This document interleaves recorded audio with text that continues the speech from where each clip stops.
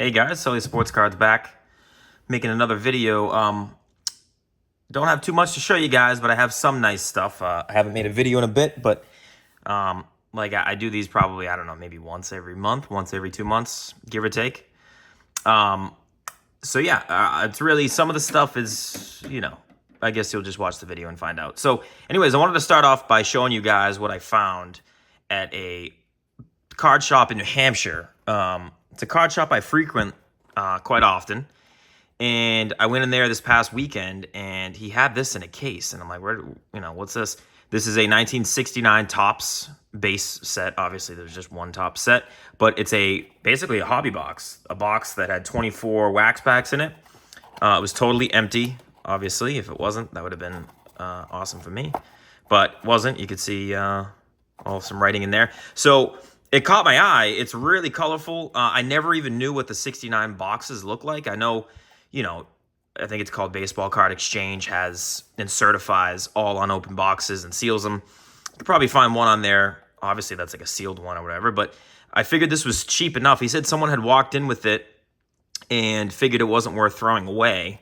A guy that really wasn't interested in cards, but had somehow stumbled on this, and he ended up buying it from him, and I bought it from the card dealer. So you could see they had a sponsorship with Bazooka, where I guess you got some free gifts if you sent some stuff. And so at the bottom of the box, you get some golf clubs, you get a TV, a bike, a nice food mixer, just some random stuff. But I just thought it was really cool. And I have an idea for this. I want to display it. And so what I started to work on, and I just bought the cards on eBay, like super cheap, like beaters of Mays, Yastrzemski, Gibson, and this. I think this is a pitcher. I forget his first name. But I think he had a good year that year or the year prior. I don't think he ended up turning out too great, but I also bought his card too, and I'm going to set it up with a display. It came in like this, plastic box that's, translucent. I could see through it, and I was going to place the cards behind it, in a row. So, and then I was going to display it somewhere. I figured it's worth keeping. It definitely wasn't worth throwing away. It just screams, late 60s, early 70s with the colors and the design. So yeah, I figured I'd share that with you guys. So I was pretty pumped to find that, and it was super cheap. So I'm like, why not just keep it and display it? One day I'll have a whole display of the nonsense I've been buying, but I don't at the moment. Don't have the room for it. But yeah. So anyways, yeah, let me get into the cards. So some really nice stuff. The last card is super nice. It's a pre-war card that I've actually been after for quite a while. Let me adjust the camera real quick. But I want to start off by showing this card. So this is a card I submitted. I submitted a couple cards to NBA again, the Matt Baker or Mike Baker company with the diamond sticker for eye appeal. So I submitted this card again. So this is an interesting one. This is my 48 Bowman Barra. The centering on the front's fantastic. It's a great card, super good clarity. Really nothing really bad to say about it. It's a card from 48, obviously, except the back was just off. And so I submitted this along with a whole batch of cards. I'd say maybe a year ago at this point. It could be less. And this one, he just said the back centering left to right was not worthy of a sticker. So I'm like, all right, well, I get it. I totally get it.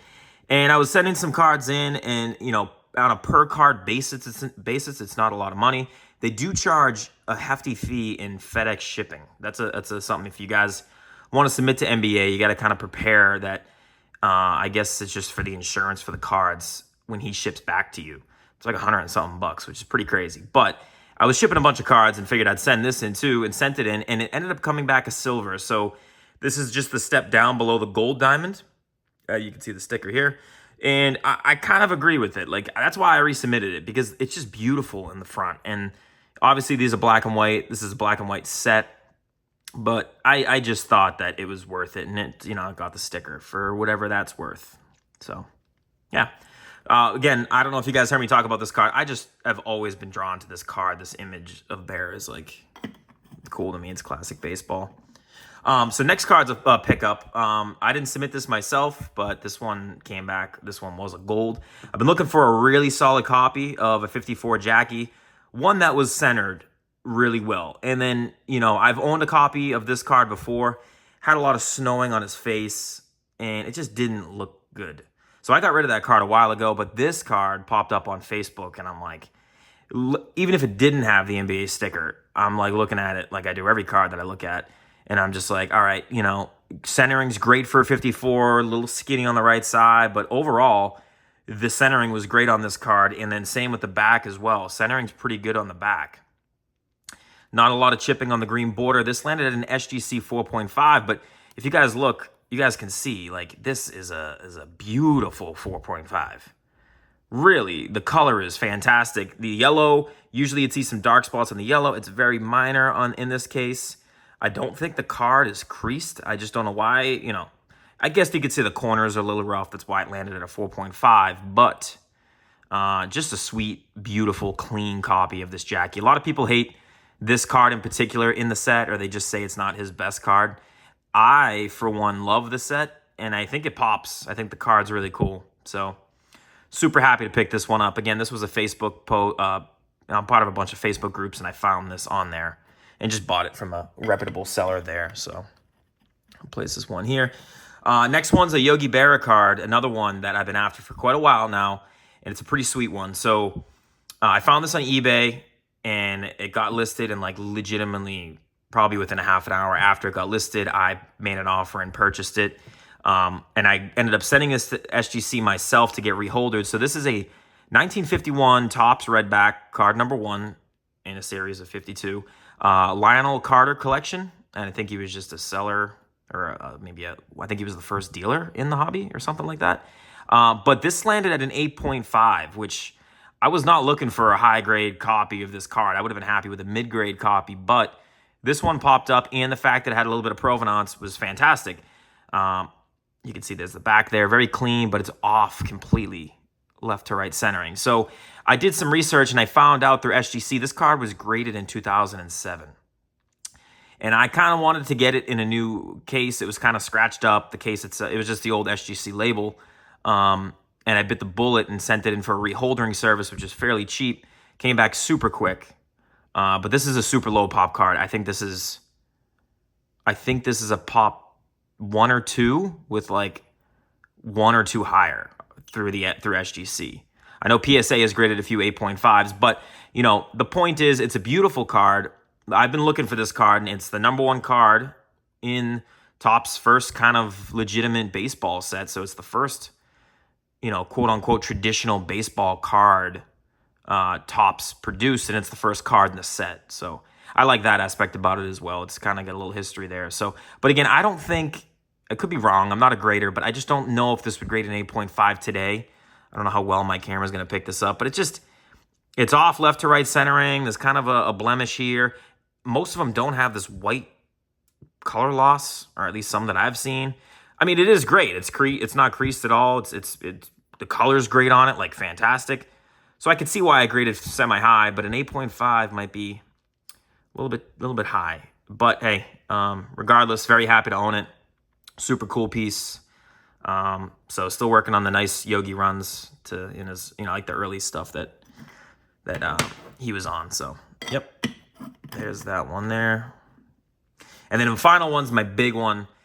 Huge pre-war card for me. I've been looking for this for quite a while. He only has, I don't think he has any portrait cards. That's kind of why I was drawn to this, other than the Coogan's chip, the small chips that were sold I believe in 1911 or something like that. It was a chip card, but this is a kind of a big card for me.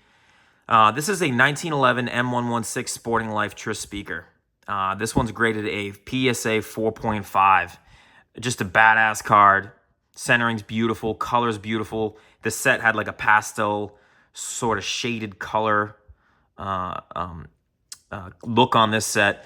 Now, I know some of them have variations like the Cobb and the Wagoner, and other ones have like a blue back, black back, or I believe. And this one just comes just kind of in this shaded gray back. It's not a black and white card. I know it might look like it, but it's really not. It's got a very clean back as well, like super clean back. Very, very happy to own this. I think the back of these Sporting Lifes look very cool. Definitely show its age there. And this one I sent in with a couple other cards to NBA. Came back a silver. I thought it was going to get a gold, but I think it came back a silver kind of just because it's got a rough left corner there. You can see the top left and top right corner. But regardless, just pumped to own this. Someone reached out to me that was looking to move it. They were going to fund a purchase, a Jackie Robinson purchase. And he was like, hey, I know you commented on my video saying how much you liked this card. And I'm reaching out to you. I want to let it go. And I figured I'd see if you were interested. And I was very flattered he did that. And we worked out a deal. I kind of knew that I wasn't going to see a nicer copy than this probably for a long time. So I'm glad I got this. Really, really am glad I got this. I just think it's a big piece. This is a Pop 1 because it's kind of like an obscure grade, especially in a pre-war. Like nothing's graded 4.5 through PSA, I feel like. It's a PSA Pop 1, and I want to say they could be like 20 higher, I believe. These were sent out in the mail, I believe, if you just had the subscription to Sporting Life News. So really, these weren't seeing like the hands of a million people going in and out of a tobacco, like a store that sold tobacco or a candy issue or anything like that. So you do see these in nice condition, at least from what I've noticed. And centering's decent on this set too, but this card in particular has great centering, great clarity, and it's a Tris Speaker. One of the best hitters in that era, and I still think he has the MLB record for doubles, which is a pretty cool stat. So yeah, guys, that's pretty much it. I appreciate you watching. Again, I'm kind of, slowing down this season with picking up some stuff, but if stuff comes, I've been patient, basically. That's why I've only gotten 4 cards in the past month or 2 months, whatever it might be. But just wanted to share some of this with you guys. If you want to follow me, if you follow me already, you've seen these cards. If you haven't, you can follow me on Instagram. My Instagram is the same as my YouTube handle. And my Twitter is the same as well. My X, whichever you want to call it. But I'm mostly active on Instagram, just commenting and seeing other people's stuff. So, but that's it. I appreciate it, guys. Thanks for watching.